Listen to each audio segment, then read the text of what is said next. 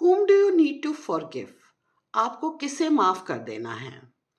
आज का जो चैनलाइज मैसेज है वो है कि आपने किसे माफ करना है। और ये चैनलाइज मैसेज को मैंने डाउनलोड किया है आफ्टर अ डीप मेडिटेशन।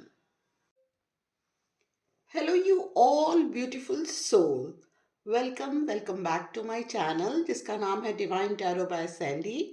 और आज का जो चैनलाइज मैसेज है वो है whom do you need to forgive? आपको किसे माफ कर देना चाहिए? As you release old anger or resentment, you will find that your wishes will come true.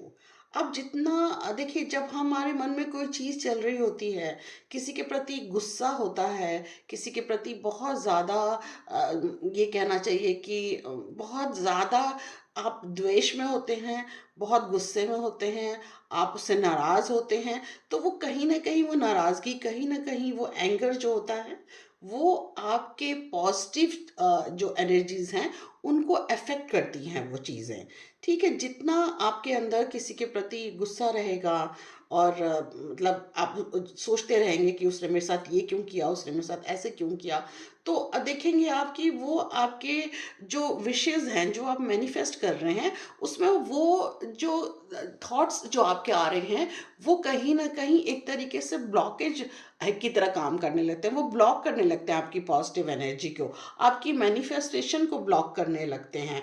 जो आप विशेज़ माँगते हैं, जो आपकी डिज़ायर होती है, उसको ब्लॉक करने लगता है ये।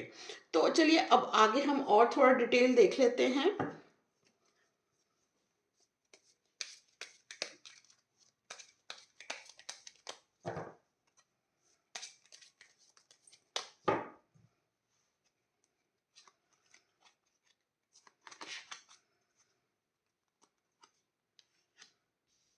ओके, देखिए ये कार्ड आया है मैच्योर मैन का। ओके,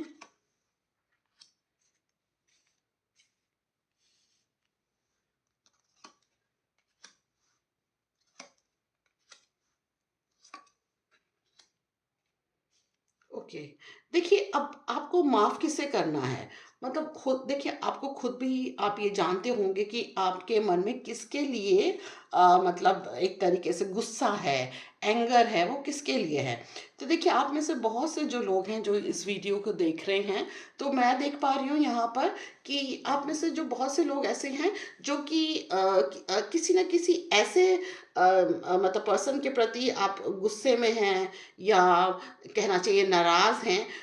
ये कोई भी ऐसा मैच्योर मैन हो सकता है, ठीक है? कोई भी मैच्योर मैन हो सकता है। देखिए, आपके कोई रिलेटिव हो सकते हैं, आपका कोई फ्रेंड हो सकता है, आपके फादर हो सकते हैं, आपके ब्रदर हो सकते हैं, but he is a mature man, ठीक है? उसके उनके प्रति आपका थोड़ा-सा गुस्सा है, कहीं न कहीं आपकी नाराज़गी दिखाई दे रही है, ओके? और ये भी हो सकता है कि ये पर्सन आपसे थोड़े दूर हो सकते हैं, ठीक है? मतलब डिस्टेंस होगा, आपके और उनमें काफ़ी दूरियाँ हैं। ये चीज़ दर्शा रहा है ये कार्ड। और पाथवे देखिए, कुछ ये आप में से कुछ लोग ऐसे भी हो सकते हैं जो कि ये कहना चाहिए कि मतलब आपके रास्ते और उनके रास्ते बिल्कुल अलग हैं, ठीक है? और कहीं न कहीं आपको कोई नाराज़गी है उनके प्रति कि वो आपके साथ क्यों नहीं हैं, ठीक है? मतलब उनका सपोर्ट आपकी लाइफ़ में नहीं है।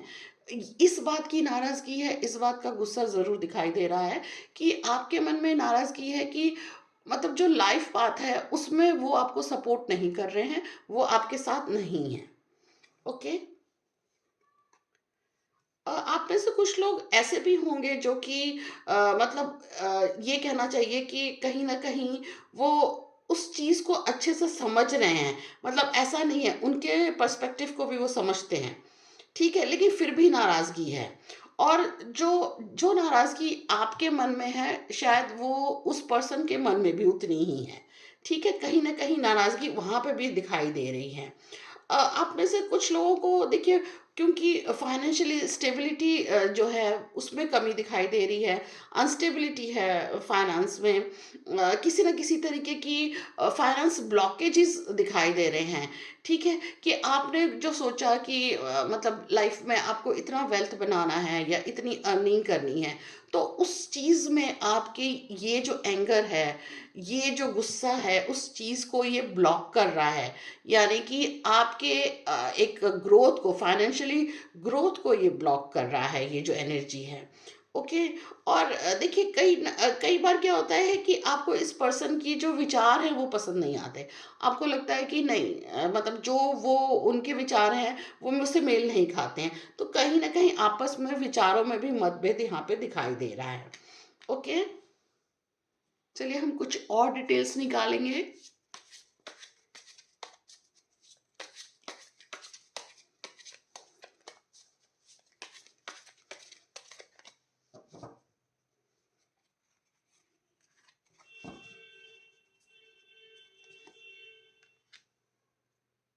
ओके।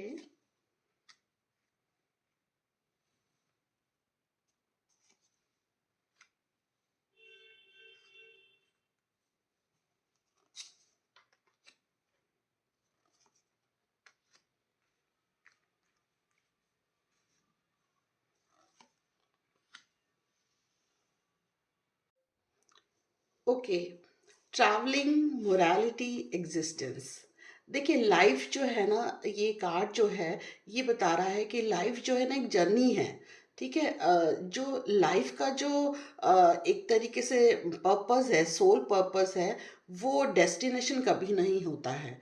ठीक है ना? क्योंकि जब आप डेस्टिनेशन पे पहुंच जाते हैं ना, किसी डेस्टिनेशन पर जब आप पहुंचते हैं, तो उसके बाद अब क्या, फिर उसी समय एक थॉट आता है मन में कि अब क्या।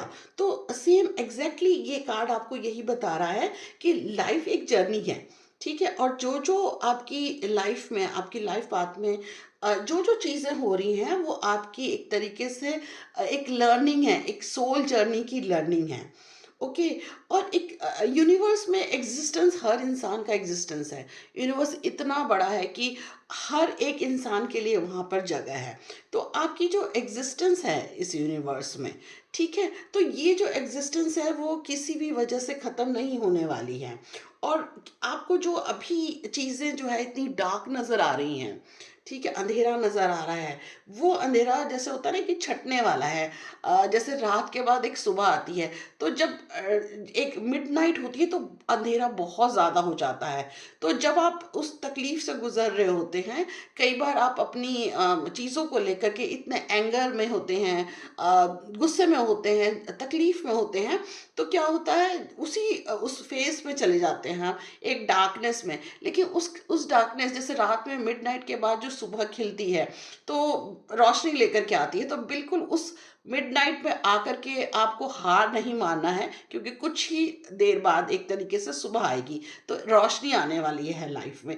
तो जो ये चीज़ें जो आपको परेशान कर रही हैं, वो चीज़ें सब एक तरीके से बिल्कुल ही आप अपने चैलेंजेस को फेस कर सकते हैं, अपने ऑब्स्टिकल्स को दूर कर सकते हैं। और उसके पीछे वो करने के लिए आपको चाहिए क्या, कि जो पहला फर्स्ट कार्ड था जो आपको बोल रहा था, ठीक है, कि आपको क्या करना है, फॉरगिव करना है। ठीक है? ये फॉरगिवनेस बहुत ज़रूरी है यहाँ पर। ओके। देखिए ये जो कार्ड आपको बता रहा है, ठीक है, कि कोई जैसे एक इंसान के ना दो स्प्लिट पर्सनालिटी भी होती हैं, हर इंसान में होती है। देखिए अच्छा बुरा दोनों ही चीज़ें होती हैं, हम हर इंसान के अंदर ये चीज़ें होती हैं। हम दो तरीके से डिवाइडेड हो जाते हैं। जहाँ पर हम बोलते हैं ना यस, वहीं पे हमारे दिमाग में दूसरा थॉट जो होता है वो नो का भी हो रहा होता है। दो चीज़ें हमारे साथ चलती रहती हैं। ठीक है। और आपके लिए जो ये कहना चाहिए कि कभी भी आप ये ना सोचें कि ये राइट टाइम नहीं है। राइट टाइम तभी है जब आपको समझ में आ रही है, आपको जब अवेयरनेस आ रही है, तो वो ही राइट टाइम है। अगर आपको किसी को फॉरगिव करना है और आप अवेयर हो रहे हैं इस चीज़ से, तो वो ही राइट टाइम है आपके लिए। ठीक है? यही राइट टाइम है जब आप अवेयर हो जाते हैं। ठीक है? जब आप सब चीज़ों को फॉरगिव करने लगते हैं ना, सिर्फ ये नहीं है कि किसी इंसान को आपको आपको फॉरगिव करना है, एक तरीके से अपने आप को भी फॉरगिव करना है आपको। बहुत सी चीज़ों में ऐसा होता है कि हम अपने आप को फॉरगिव करना भूल जाते हैं। हमें अपने आप को भी माफ़ करना चाहिए, क्योंकि हर इंसान, जैसे ये देखिए, ये कार्ड यही बता रहा है कि 2 पर्सनैलिटी बन जाती है कई बार। तो अच्छा-बुरा तो हर इंसान में होता है। तो कहीं न कहीं अपनी गलतियों को भी, अपने आप को भी फॉरगिव करना भी ज़रूरी है। ओके? और कुछ और डिटेल्स देख लेते हैं कार्ड से।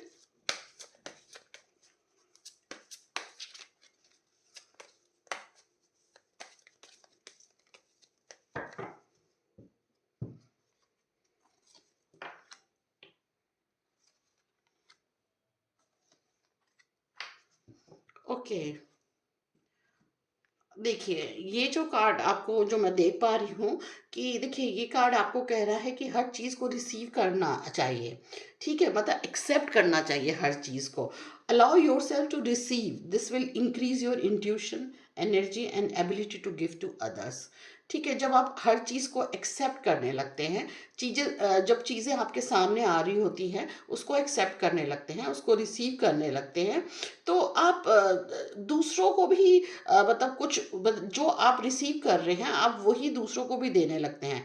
देखिए, अगर आप खुशी को एक्सेप्ट कर रहे हैं, खुशी को रिसीव कर रहे हैं, तो आप दूसरों को भी खुशी देते हैं। जब हैप्पीनेस को आप रिसीव करें, तो आप दूसरों को भी हैप्पीनेस देते हैं। आपकी इंट्यूशन पावर बढ़ती है, आपकी एक पॉजिटिव एनर्जी, आपकी ऑरा जो है, वो क्लीन होती है, आपकी ऑरा पॉजिटिव होती है। Be honest with yourself, what is your heart true desire. आपके दिल में सच में जो आपकी जो डिज़ायर है ना, उसको समझिए। अवेयरनेस आनी चाहिए आपको। आपको पता होना चाहिए कि आपको क्या चाहिए लाइफ से। जो आपकी डिज़ायर है, वो है क्या? कई बार जैसे सिज़ोफ्रेनिया का कार्ड यही बोल रहा था कि आप 2 चीज़ों में डिवाइड होते हैं, येस और नो में भी हो जाते हैं कि आपको ये चाहिए कि वो चाहिए।